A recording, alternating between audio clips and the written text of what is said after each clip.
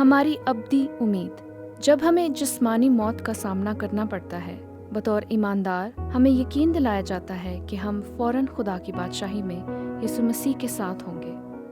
मैं ज़िक्रिया अमीर हूँ।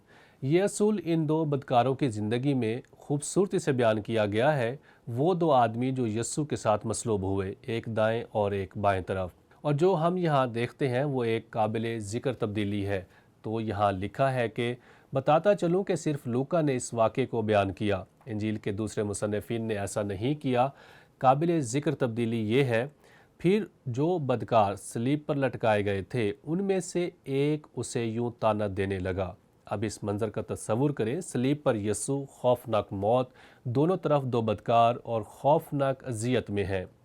और इनमें से एक यस्सु की तौहीन करता है, क्या तू मसीह नहीं? तू अपने आप को और हमको बचा। मगर दूसरे ने उसे झिड़क कर जवाब दिया कि क्या तू खुदा से भी नहीं डरता, हालांकि उसी सज़ा में गिरफ्तार है।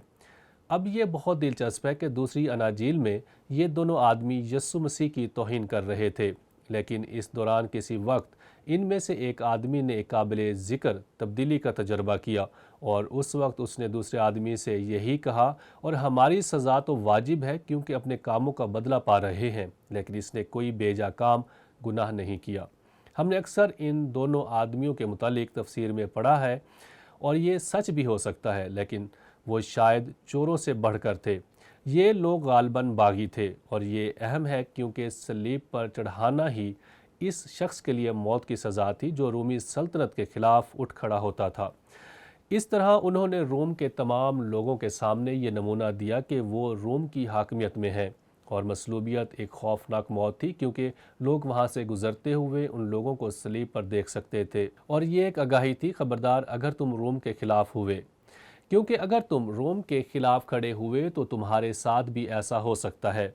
इस तरह वो लोगों को अपने काबू में रखते थे। और यहाँ यीशु मसीह भी है और इसे क्यों मसलूब किया जा रहा था। खैर, याद रखें, पिलातुस ने यह सुन रखा था कि वो बागी था। अब देहान से छानबीन करने पर यहाँ तक कि चौथाई मुल्क के हाकिम हेरोदीस से बात करने के बाद भी वो उसमें कोई ऐब ना पा सके, क्योंकि यस्सु रोमी हुकूमत के ख़िलाफ़ नहीं उठा। दरहकीकत यस्सु ने उनसे कहा, जो कैसर का है कैसर को, और जो खुदा का है खुदा को अदा करो। उस पर लगाए गए इल्ज़ामात झूठे थे। और यूं ये बदकार, ये चोर, ये बागी जिसका दिल बदल गया, उसने कहा हमारी सज़ा तो वाजिब है, लेकिन इसने कोई बेजा काम नहीं किया। और देखें कि क्या हुआ। फिर उसने कहा, ए यस्सु, जब तो अपनी बादशाही में आए तो मुझे याद करना। सलीब पर एक नाकाबिल यकीन मंजर था। वो यस्सु के पास आ रहा है ये तस्लीम करते हुए कि ये आदमी कोई आम आदमी नहीं है। अब वो किस हद तक समझ पाया कि यस्सु वाकई में कौन है, मुझे पूरी तरह यकीन नहीं, लेकिन यस्सु उसके दिल को जानता था। उसने उससे कहा, मैं तुझसे सच कहता हूँ कि आज ही तू मेरे साथ फिरदौस में होगा। अब ये अहम है, आज जिस लम्हे तू मरेगा तू मेरे साथ फिरदौस में होगा। अब फिरदौस का तर्जमा बादशाही किया जा सकता है, लेकिन इसकी मज़ीद वजाहत की ज़रूरत है। हम कुछ देर में इसके बारे में बात करेंगे। लेकिन यहाँ क्या हुआ, यस्सु ने उसके इकरार को तस्लीम किया, इस हकीकत को तस्लीम किया कि उसने तस्लीम किया, इस बदकार ने तस्लीम किया कि वो गुनहगार है।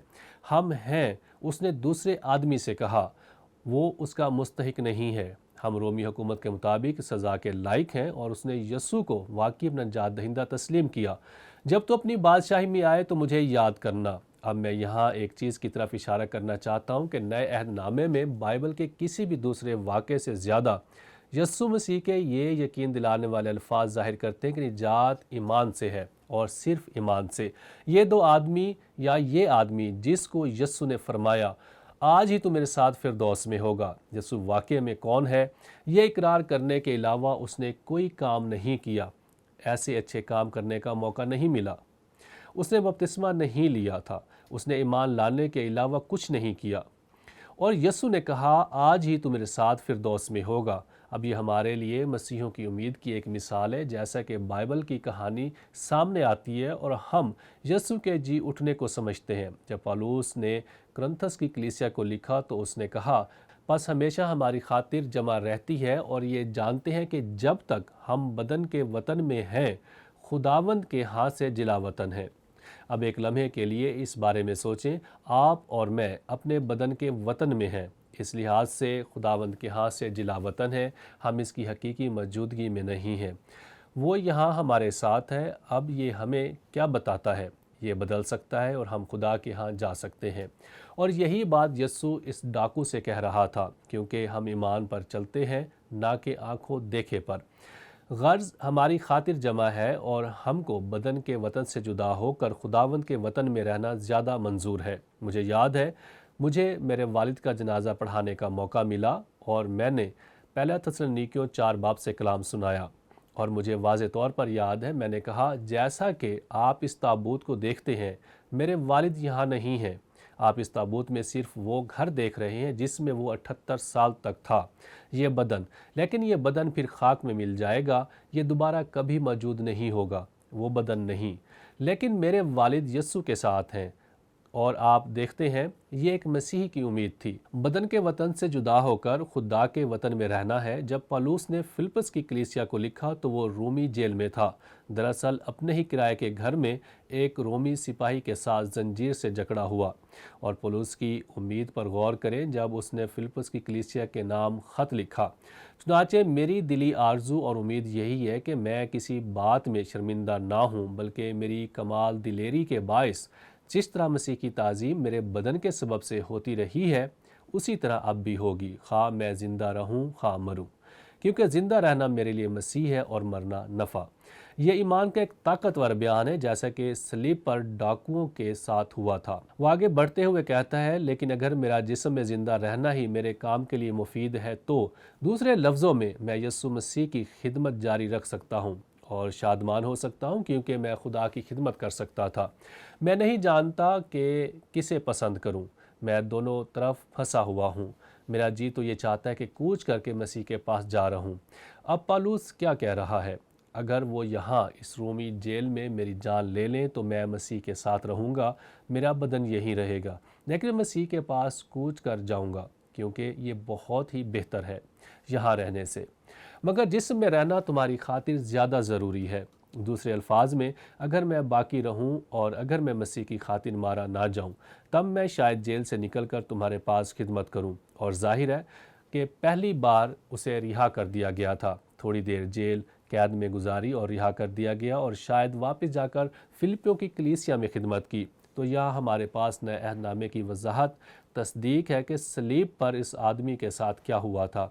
यहाँ एक अक्कासी और जवाबी सवाल है। यीशु मसीह और तौबा करने वाले बदकार के दरमियान होने वाले इस मकालमे की सच्चाई इस कहानी से कैसे जुड़ी हुई है, जो यीशु ने एक दौलतमंद और लाजर के बारे में कही थी। आपको याद है, हमने इसका मुताला किया था। लूका ने इसे बयान किया, दौलतमंद मरा और दफन हुआ और आलम अरवाह के दरमियान अजाब में मुब्तला हो गया। लाजर अब्राहम की गोद में चला गया। इसका खुलासा ये होगा कि यस्सु का क्या मतलब था जब उसने कहा, आज ही तू मेरे साथ फिरदौस में होगा। अब इस बारे में वजाहत और मुख्तलिफ आराम मौजूद हैं कि बादशाही किस तरह फिरदौस से मुख्तलिफ है। ठीक है, मुझे लगता है, और वैसे मैं आपको एक किताब तजवीज़ करूँगा, आसमान पर रैंडी एल्कोरन की किताब। ये एक क्लासिक है। ये एक बहुत बड़ी किताब है, लेकिन ये बहुत वजाहत में है और मुझे यकीन है कि वो शायद 95% दुरुस्त है। ऐसे कुछ वाक़यात हैं जहां हम इख्तलाफ कर सकते हैं, लेकिन वो इसकी क़यास आराइयों के लिहाज से अहम नहीं है, क्योंकि क़यास आराइयाँ हैं। लेकिन बुनियादी तौर पर फिरदौस इन लोगों का ठिकाना है जो आखिरी बादशाह से पहले निजात पा गए हैं, और आखिरी बादशाही नए आसमान और नए ज़मीन होंगे। ये है, हम कह सकते हैं, मौजूदा बादशाही। एल्कोरन इस इस्तिलाह का इस्तेमाल करता है, जो मेरे ख्याल में एक अच्छी इस्तिलाह है। निजात याफ्ता के वतन के एतबार से मौजूदा बादशाही, वो होश में है, वो बाखबर है। एक चीज़ जो हम नहीं जानते वो ये है कि वो किस शक्ल में है। हम फ़र्ज़ करेंगे कि कोई शक्ल है, लेकिन ये दिलचस्प है कि पहले थिस्सलुनीकियों में ये कहता है कि जब यस्सु कलीसिया को साथ ले जाने के लिए वापस आएगा तो वो ईमानदार जो मर चुके हैं उनके साथ आएंगे और फिर दोबारा जी उठना होगा और वो नए बदन पाएंगे और हम नए बदन पाएंगे और हम खुदावंद के साथ रहेंगे, क्योंकि ये मसीह की खातिर नया बदन है। हमें अभी तक ये मौसूल नहीं हुई और हम उसे उस वक्त तक वसूल नहीं करेंगे, मगर इस दौरान शक्ल के लिहाज से लोग कैसे होंगे हम नहीं जानते। हम जानते हैं कि एलिया और मूसा तब्दीली के पहाड़ पर नमूदार हुए वो ज़ाहिर थे और रसूलों ने उन्हें पहचान लिया। मतलब एक शक्ल है, और इस तरह जो पहले जा चुके हम नहीं जानते कि उनकी शक्ल क्या है। हम जानते हैं कि उनके नए बदन नहीं हैं, लेकिन वो खुदावंद के साथ हैं, और यही इस असूल से मुतल्लिक़ खूबसूरत बात है। तो मैं इस असूल को दोबारा बयान करता हूँ। जब हमें जिस्मानी मौत का सामना करना पड़ता है बतौर ईमानदार, हमें यकीन दिलाया जाता है कि हम फ़ौरन खुदा की बादशाही में यस्सु मसीह के साथ होंगे।